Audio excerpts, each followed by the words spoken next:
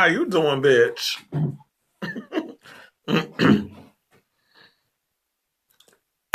Okay, everybody, welcome back to the show. That was my girl Lena Waithe who won for. Oh, sorry, I just realized I didn't have my mic on.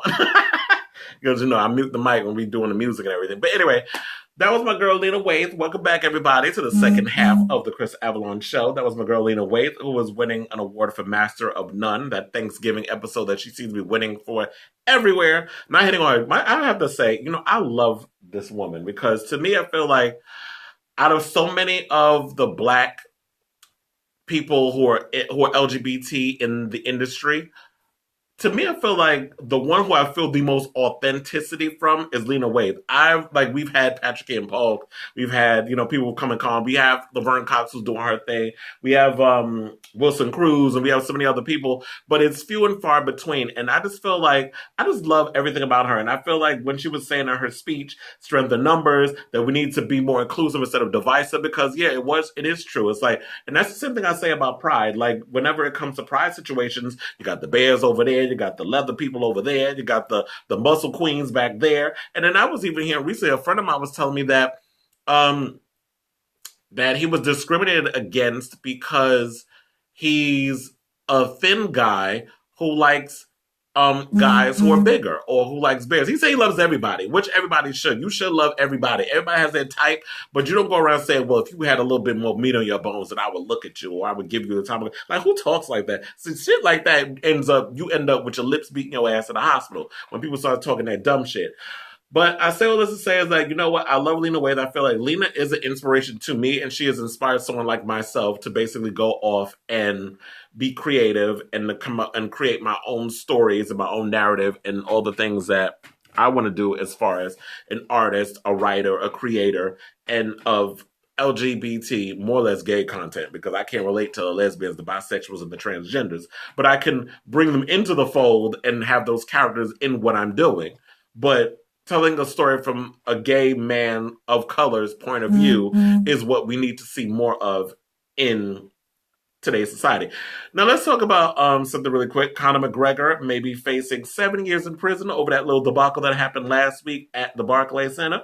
This is basically the Post with their shadiness. The foul-mouthed 29-year-old, he's only 29, was arraigned in Brooklyn criminal court for the violent fracas a day before at the Barclays Center. He was charged with felony criminal mischief and misdemeanor counts of assault, attempted assault, menacing, and reckless endangerment. He faces as much as 7 years in prison if convicted. I don't know. I like Conor. I'm a fan of the UFC. I hope he's able to work it out and do all this other stuff. I'm sure he'll be reprimanded very much so from Dana White. But I also feel that with the UFC, he makes that organization so much money. I don't think the repercussions are going to be as bad as they would like us to believe. So we'll see. I'll keep you guys abreast of all of that as it develops. The next story I want to get to is the fact that BET has ordered a comedy series based on the 1992 movie Boomerang. So, according to the Huffington Post, this time around, Boomerang will be reimagined as a half-hour comedy from Paramount Television, exploring contemporary workplace dynamics, including the changing role of gender, office politics, relationships, and conflicts between Generation X and millennials. I already fucking hate it. The series will follow a successful business exec, presumably based on Murphy's character, who finds that his lifestyle choices have turned back on him when his new boss turns out to be a bigger deviant than he is. So I don't know if that show is going to even work on a channel like BT. I know BT is trying to rejudge itself as like beyond ratchet television, and I applaud them for that. Where they have Being Mary Jane and so many other shows, and The Quad, and so many great shows on BT. But as far as a Boomerang series, I'm not seeing it. I don't see it. I'm not here for it. I love the movie Boomerang. I like everything it was about. I like the fact that it was about this womanizing guy who basically finally falls in love with someone who's a bigger jerk than he is, played by Robin Givens. And I kind of like that dynamic, but seeing that last in like a 4 or 5 season show, I don't know how that's going to work. So if they could figure out how to make the show work, I'll watch maybe an episode or two out of curiosity. But overall, I do not see this idea. You're trying to bank off of a hit movie from the 90s, which, my favorite character, of course, had to be Grace Jones as Strong J. Um, there were so many different people in that movie that I love, but Strong J was basically my favorite character. And I want to also give a shout out to Grace Jones, whose new documentary Bloodlight and Bambi came out this week. And I know like everybody was out and they got a chance to see it. I haven't gotten a chance to see it yet. One of my friends who has history with Miss Jones, but back in the early club days when Madonna was coming up and so many of the other girls, um, I don't know if he went to that premiere yet, or I know she's doing a Q&A. It might be doing a Q&A tonight and one yesterday. But I also want to give a shout out to Kevin Aviance and Ari Gold, who I know who was there at the one yesterday and was raving about how great the movie is. So I'm really looking forward to seeing it because I've been a huge Grace Jones fan since I can remember. I remember when I first saw her in, what did I first see her in? I think I saw her in Conan the Destroyer. And I was like, who is this black Amazon woman that looks scary as hell? Like, I was scared, but at the same time, I was overall intrigued. I wasn't like, oh, she's scary. She's like a man. It's like the androgyny of it all. Like, you see this tall, statuesque woman who looked androgynous, who was like beating the shit out of people with a stick. Like, it was just exciting and fascinating. So I've always been a huge Grace Jones fan. And I really feel like she's never really gotten the cultural due that she deserves, but maybe she'll finally get it when people watch this the documentary that I know she's been promoting. I know she recently interviewed with Jimmy Fallon, which I need to see that episode. But I hate the way Jimmy Fallon interviews guests. But I watch it anyway. So we can move on from the boomerang thing. And I have to say, I also wanted to say, I don't know, did you guys see the trailer for, if you haven't, FX released a trailer for the new series called Pose, which is about the ballroom scene and stuff from the 80s. So it has that Paris is Burning vibe, and I realized the way they were shooting it, it looked more like it had like a more of a documentary feel to it. I need to see more, or I need to see a pilot. I think the premiere is in June, so I definitely want to check that out and see if it's good. I really hope it's good because Ryan Murphy and Brad Falchuk and all of them, when they get together and they create shows, it's usually hit or miss. Like, it'll start out good, but then they start to suck. Maybe 2-3 seasons in. American Horror Story has always been hit and miss. American Crime Story is always hit and miss, or they start out strong in the first couple episodes, and then it's like it goes all the way. I'm like, what the fuck is going on? Like, I always get confused. Well, I need to take a Xanax watching a Ryan Murphy show. The only show that I will say so far that has had a full-on cohesion that I loved every episode was 911. Like, watching that whole show, it's like it's full-on cohesion. The stories were tight. Everything was great. Even the EMS stuff and everything that was going on was like wacky. But I overall like what the show's about. And I hope they keep the show short. Like, don't start to blow it up and make it 22 episodes a season. I hate when they do that about shows. So I remember I was having a conversation with someone about, I don't remember who it was, but it was something or another about how come, okay, when you look at Netflix, right, like you notice like there's a lot of great shows and stuff that's on there.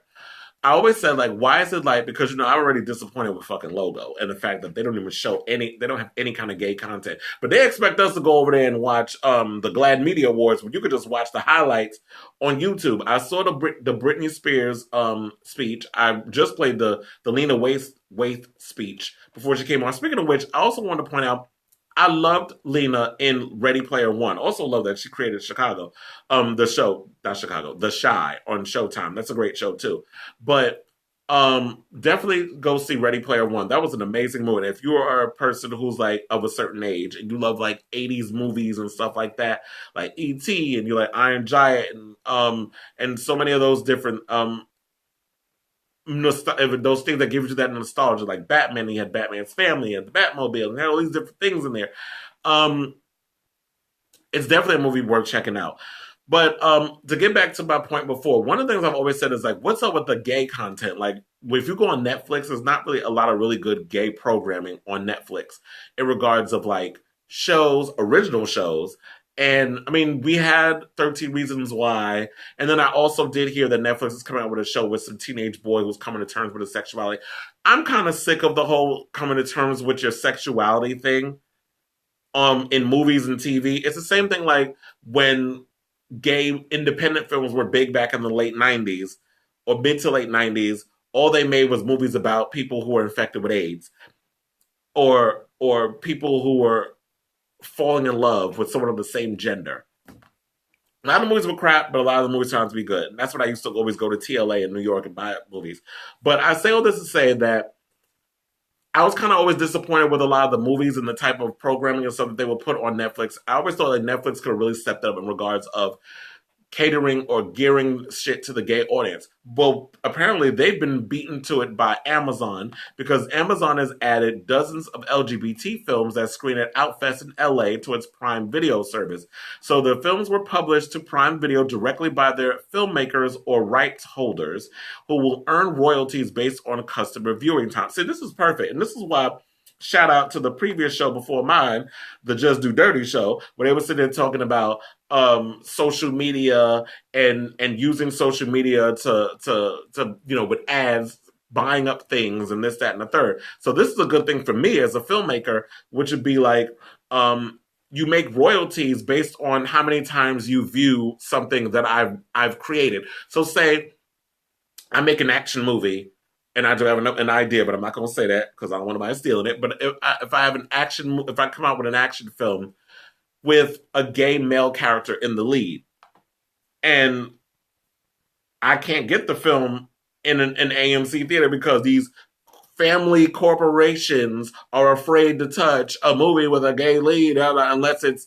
Atomic Blonde, where we're looking at somebody who looks like Charlize Theron going down on a girl in a damn like a scene out of a Cinemax movie. So if that can't get made, I do something, show it off at Outfest. You go on Amazon Prime, you go and order that movie, I get a percentage. I think that's perfect. So that inspires someone like me who feels like, well, my movie may never see the light of day with this, that, and the third. You can actually watch it in the privacy of home because I know we still have areas where people are afraid to admit that they suck dick or eat pussy. Like there's people out here who are scared to admit that they're gay and this, that, and the other. So you could go and have your Amazon Prime account, go in it, and go order up a movie that you want to see. So titles include Sinner in Mecca, winner of the 2015 Outfest Grand Jury Award for Documentary, as well as GBF, the comedy. Oh, GBF, I already saw that. That was on Netflix. The comedy Women Who Kill, and all of the Eating Out films. Eating Out is usually hit or miss with me. These are challenging times for many, and reports of violence against LGBTQ citizens are on the rise, said Outfest Executive Director Christopher Raxter.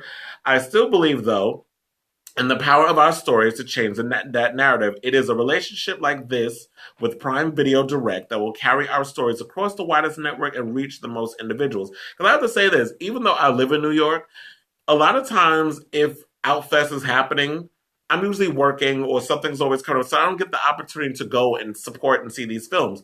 So I think a great way to be able to see and reach people and see these films would be by going on Amazon Prime. I may have to give me an Amazon Prime. Wait, I think I actually have an Amazon Prime account. First of all, I think you can get Amazon. You can get into your whole Amazon Prime through your Fire Stick if you have it Fire broken. I think you can get into that without having to pay the extra coinage. So they have a whole list of movies. It's 52 Tuesdays, A Sinner in Mecca, Englishman in New York, Anatomy of Love Scene, Ander, Baby Steps, Beautiful Something, Body Electric. There's a bunch of movies. I was trying to see if there was anything in here that I may have heard of or recognized, but they have Howl in here too. I'm trying to remember what was that about. That name does sound familiar, but yeah, congratulations to them for that. So now let's move on to Orlando Brown. This is some news that came out today. So apparently, I don't know if any of y'all seen That So Raven, watched that show, but apparently Orlando Brown was arrested by By bounty hunters, actually. It wasn't Dog. Don't you worry, it wasn't Dog the Bounty Hunter. So according to TMZ, because I saw the video footage, it was crazy. Lucky the Bounty Hunter in Las Vegas around 6:30 a.m. So it happened yesterday, Friday. It starts with Lucky and his team trying to enter, but getting pushback from the homeowner who claims they have no legal right. So, yeah, he's a mess. I think Orlando Brown's on meth. Lucky tells TMZ he had legal paperwork and warrants, so they were allowed to enter the home and look for Orlando. So they made it happen by force. After an intense search, they found Brown hiding in a bedroom closet in a t-shirt and boxers and made the arrest. As was reported, a judge issued a warrant for Brown when he failed to appear in court last month for another case for allegedly striking his girlfriend last year in Torrance. The owner of the Vegas home tells us he was letting Brown stay there as a favor for a music producer neighbor, but he got concerned about harboring Brown when his fiancée showed up Thursday night saying he was a fugitive. Excuse me. The homeowner's pissed too. He believes his home was entered unlawfully and claims his door was damaged and his shoulder was injured. He plans on contacting authorities soon about the raid to see if his rights were violated.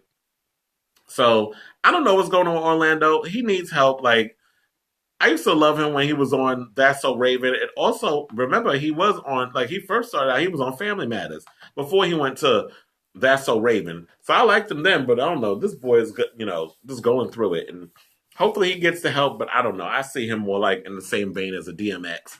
Just strung out and fucked up and always getting so many chances, but still fucking up.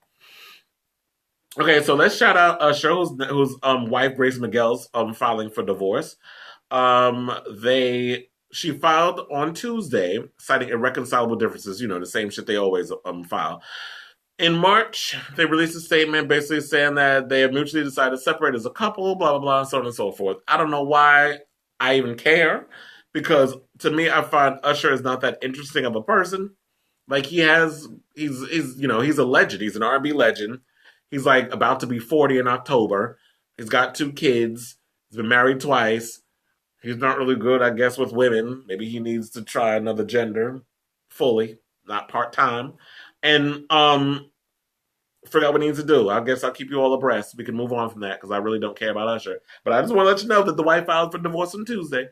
Let's talk about Vince and Tamar. So, like Tamar's hating and upset with her family because they've been putting all her business out in the street, and pretty much all of this season's Practice of Family Values seems to be going in with the sisters and the mother expressing their concern for Tamar and her relationship with Vince and how controlling, and he can have violent outbursts, all this other stuff. So apparently now what they're saying is that Vince has been banned from the luxury high-rise building where Tamar lives after a fight between the two got out of control. So now who's the liar? Because now Tamar keeps getting mad because her mother and everybody's putting her business out in the street, or people are making up lies and she's listening to her friends and da-da-da and so on and so forth. But if the receipts keep revealing themselves, at what point are we no longer the liar and you looking like Boo Boo the Fool?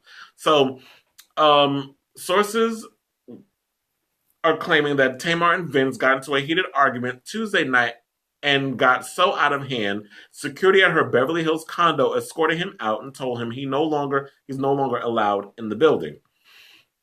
No word on what started the battle, but who knows? It probably has something to do with the drama that started over the holidays. It could be the drama from the show that they're now seeing all the things that, because, when you're not in the room filming with them, you don't know what's going on until, I guess, you see the final edit and so on and so forth. But also, Tamar is an executive producer like her sister Tony is.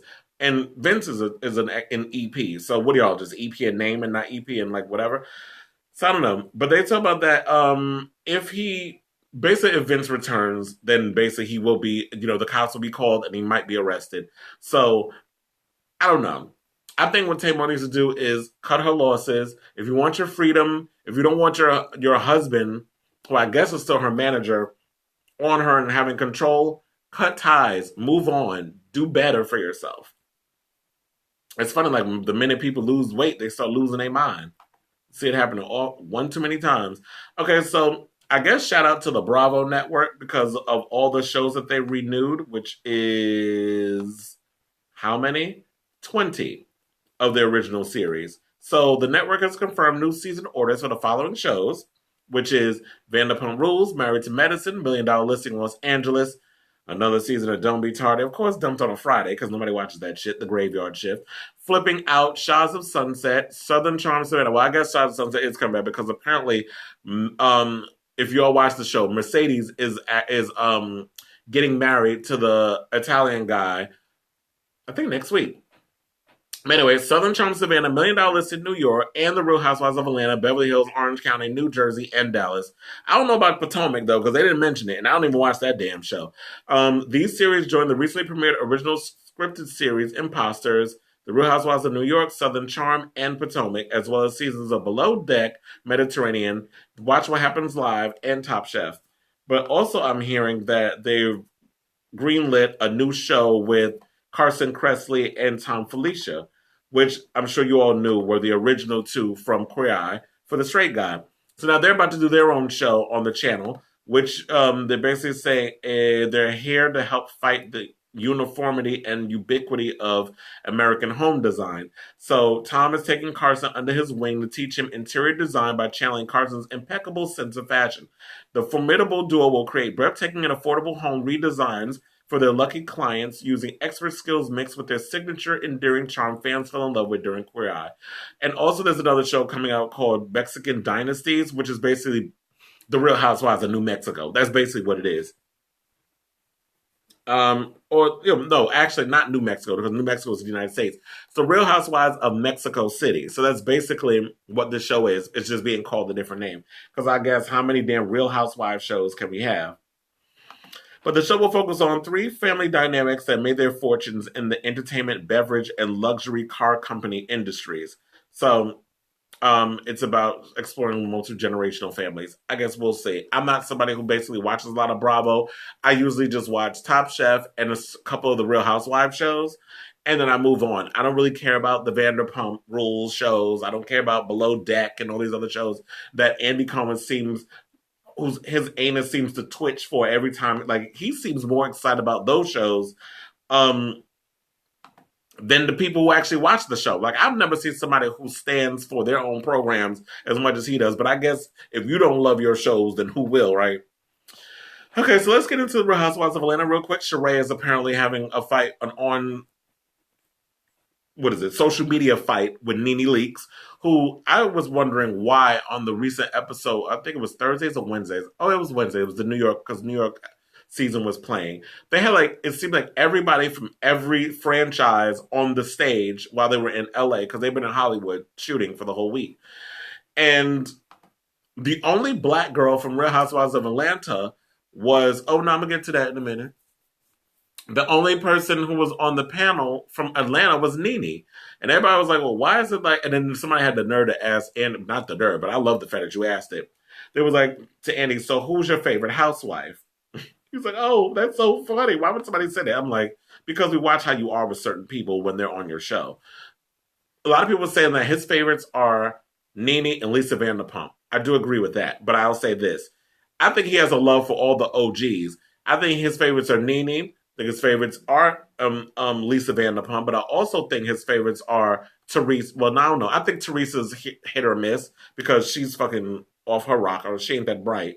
But I feel like Bethany is another one of his favorites. So let's lump her in there as well. So it's LVP, Nene, and I believe Bethany. And of course, Vicky Gunvalson, because she's the OG of the OC. So I feel like that's like one of his favorites. Okay, so let's get to the whole Sheree thing. So apparently Sheree is popping off on Nene in response to the shade she's been throwing both on and off the screen. Accompanied with a photo of the 100 emoji, Sheree went on a tirade against Nene and basically even accused her of credit card fraud. So here's what she wrote, and I'm going to try to make it as exciting as possible, more exciting than Sheree's entire 2 seasons returning to the Real Housewives of Atlanta. So I'm going to try to read it and bring it with some energy because, that bitch is boring. That's why she's no longer on the show.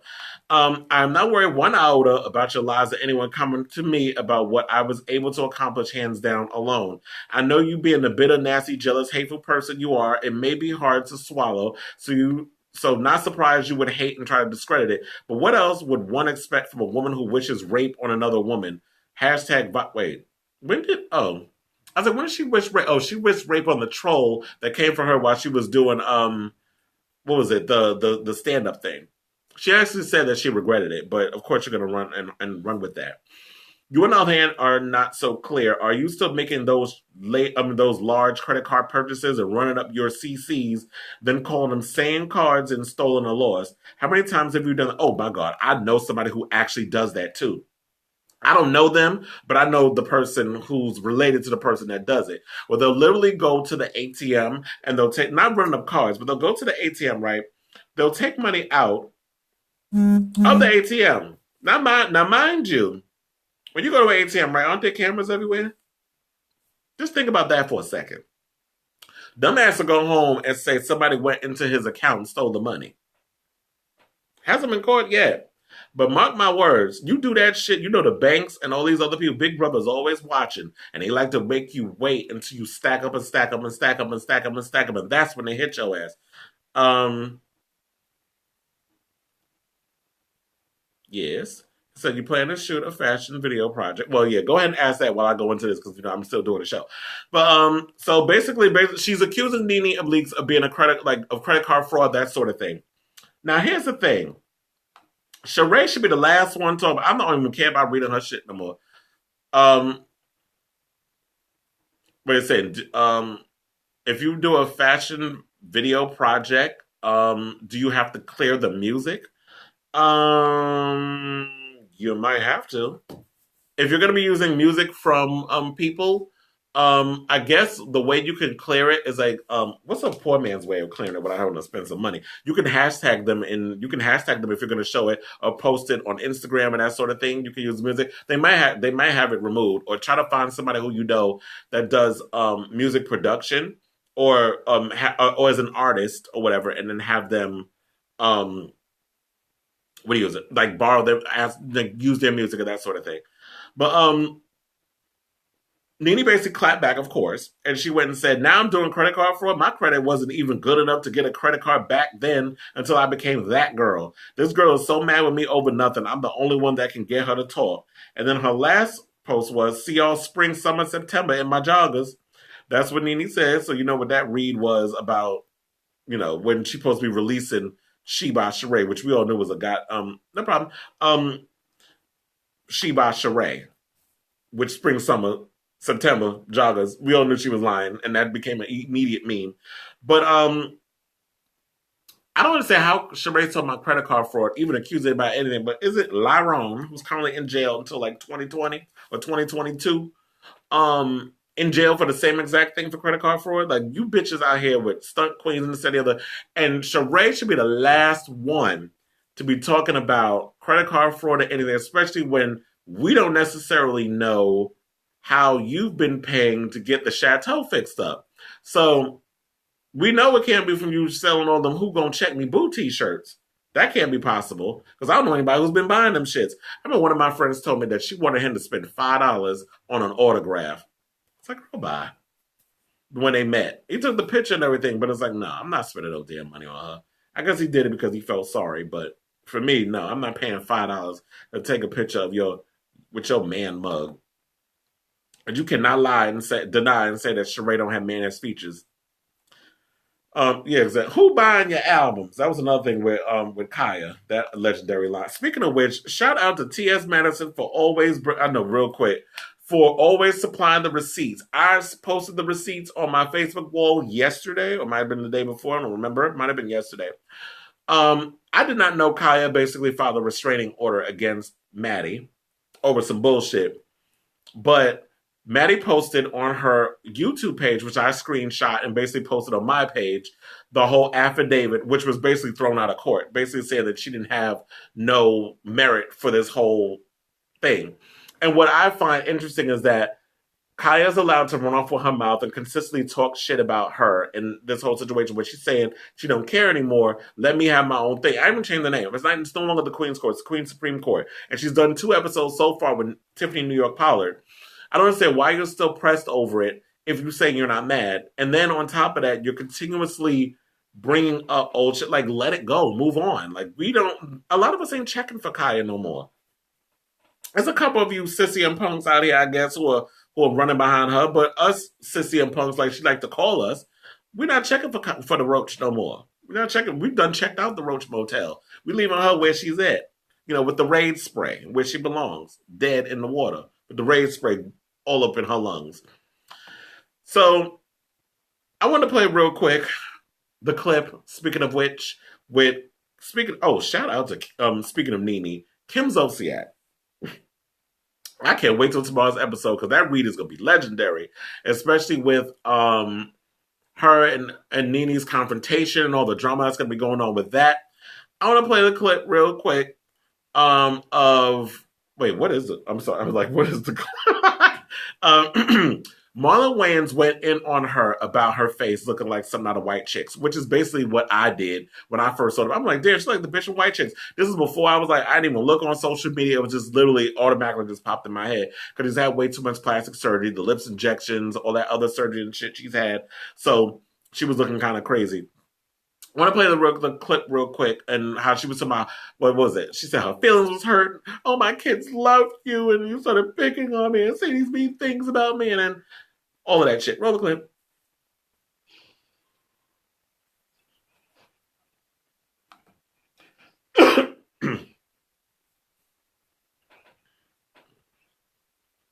her lips are her lips are like a baboon's asshole.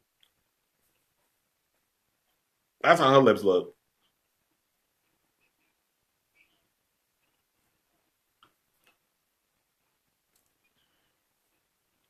But yeah, people are real crazy when it comes to like using their music and shit without their permission. So you can probably like hashtag it and use it, like give them the credit. Because one of my friends did that too. Like he did Lady Gaga's manicure on YouTube and had like a bunch of club people from Michael Silas to Laganja and all of them doing with the nails, and they were doing the video. But then again, I may have to check because I think he did tell me they pulled it.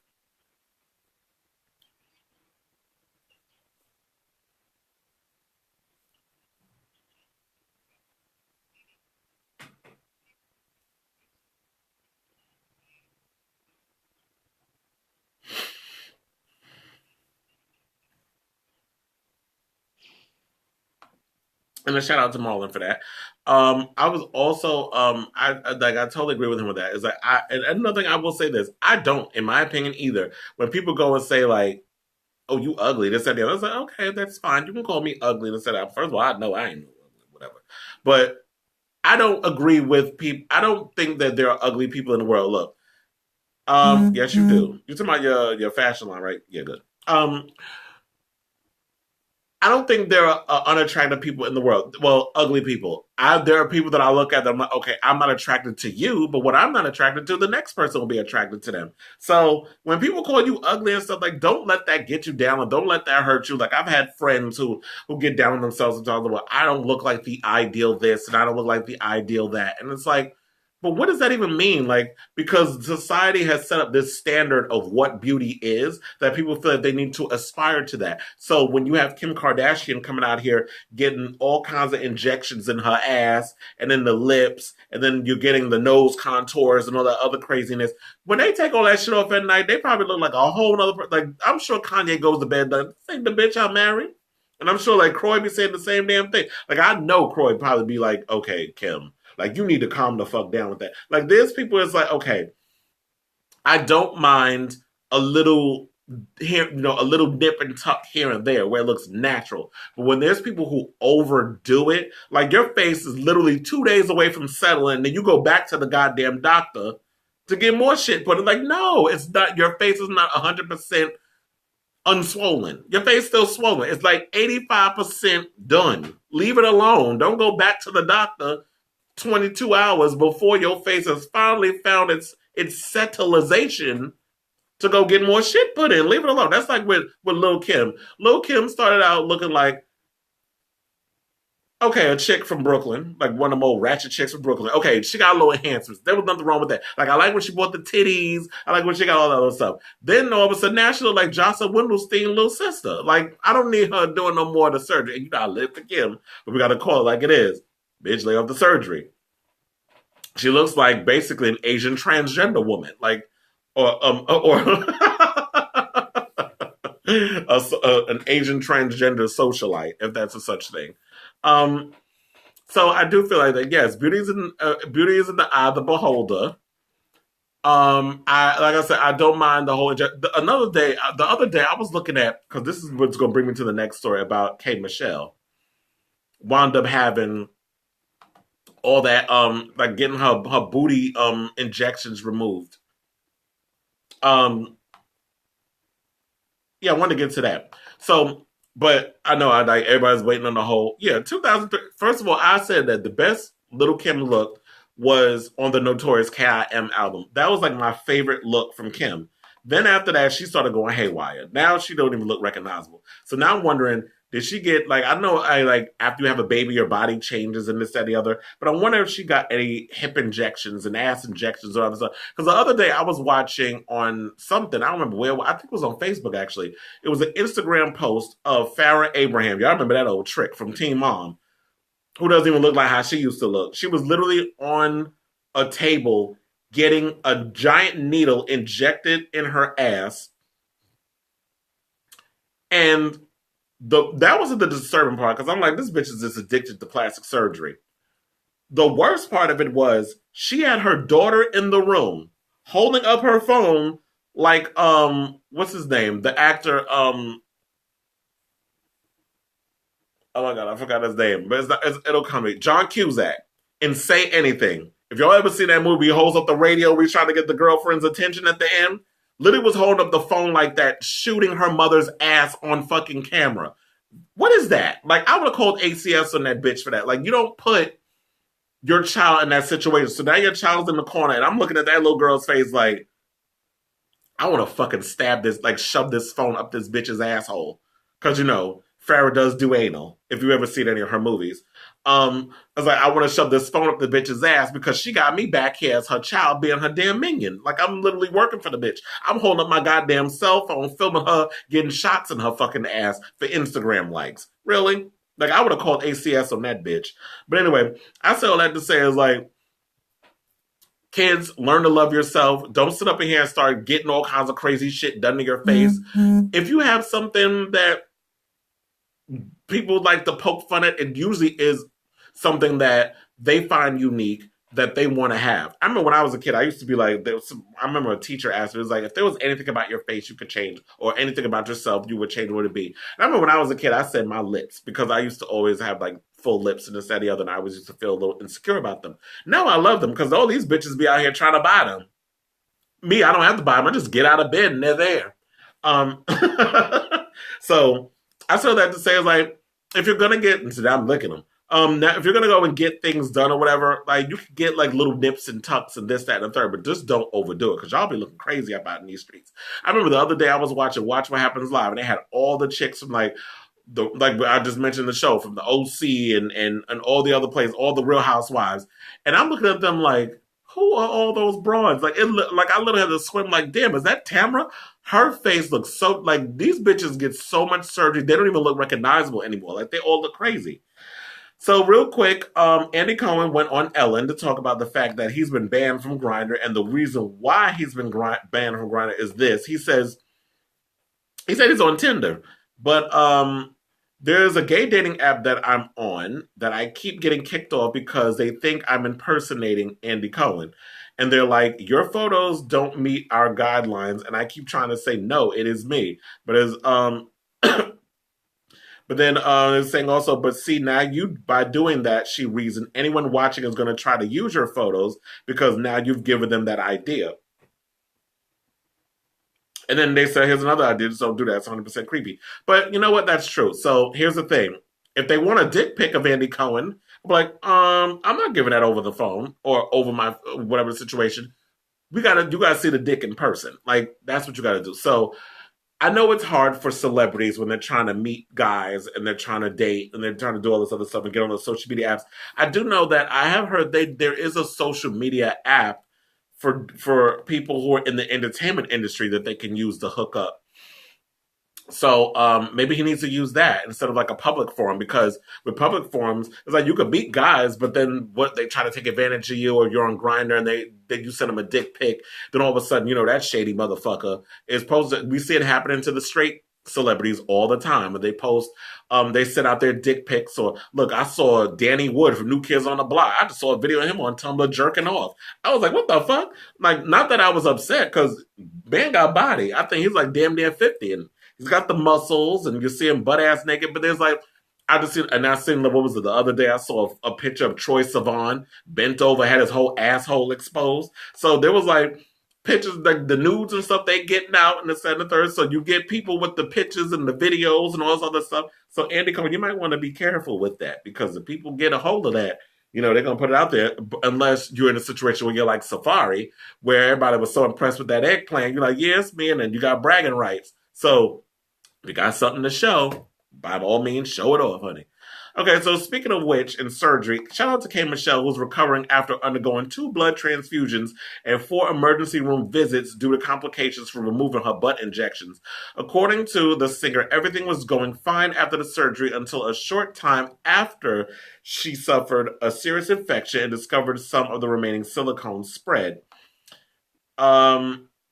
Here's what she said on Instagram. She was like, January 12th, I started a journey to correct a mistake I did over 6 years ago. The first surgery went well, so we thought until my body started to shut down while she was on tour. Blah, blah, blah, so on and so forth. If you go on Instagram, you can read the whole thing. I ain't got time to read that whole thing. I just realized how fucking long it is. But I'm kind of wondering what's her butt going to look like once they remove all the silicone. And another thing, I remember them talking about that Cardi B wound up getting some shit injected in her ass. So I'm kind of curious about that too. Like, is Cardi, when she had the baby, is she going to work on getting that shit removed? Like, there's so many things. Like, you girls, I understand that y'all try to cut corners and save money, and they always say silicone is the worst kind of shit to use. So even if we iterate or follow up off the thing I said before, even if you're going to get surgery, like, make sure that you watch what you put in your body too. Like, do your research. Don't sit and start putting in silicone or in your ass, because they say that shit leaks and is dangerous. I also want to point out, I want to give a shout out to young MA, who just shot her own porn film as a director, not as a model. She wasn't eating the cootie cat on camera.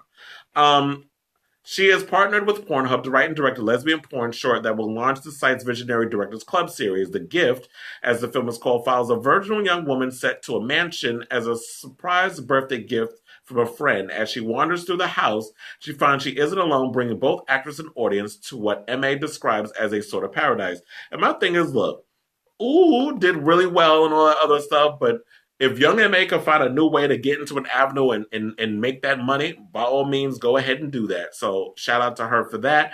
And last but certainly not least, because I know we gotta go. How many more minutes we got? It's like maybe 2 minutes.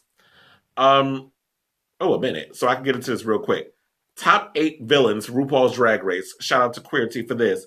Number 8, Valentina. If you want to know about Valentina, you can pretty much have watched her attitude from the last season. And like I said, watch Hey Queen with Johnny McGovern, where Detox and Vicky Vox goes in on her. Number 7, Michelle Visage. I totally agree with that, because Michelle and her being the villain with the way she talked. Rebecca Glasscock. That was from season 1, so I don't even know if y'all remember her. The Heathers. Number 4, Alaska Thunderfuck. Number 3, Tyra Sanders. She need to be number 1. Number 2, Derek Barry. And number 1, of course, Fifi O'Hara. That's why y'all will go into that. What I'm going to do right now is I'm going to bid you all adieu. Thank you all for listening. Tune in next week for an all-new episode of the Kris Avalon Show. It is going to be, and I guess I'll reveal it, it's going to be pre-taped, because we're moving the studio and there's a whole bunch of stuff that's going on with that. So I'm going to be pre-taping the show earlier in the week. So if I don't come out and start saying some stuff that's like, oh, but wait, this story dropped, it's because it's not even a new episode. So I'm going to be probably talking about a lot of the stuff that I haven't been able to talk about for the past couple of weeks. So basically tune in for that, and then whatever happens from now until Wednesday or Thursday. So I love you all for listening. I love you for real, as Monique would say. Tune in coming up next for the Comedy Rec Show. Love you all. Ciao, darlings.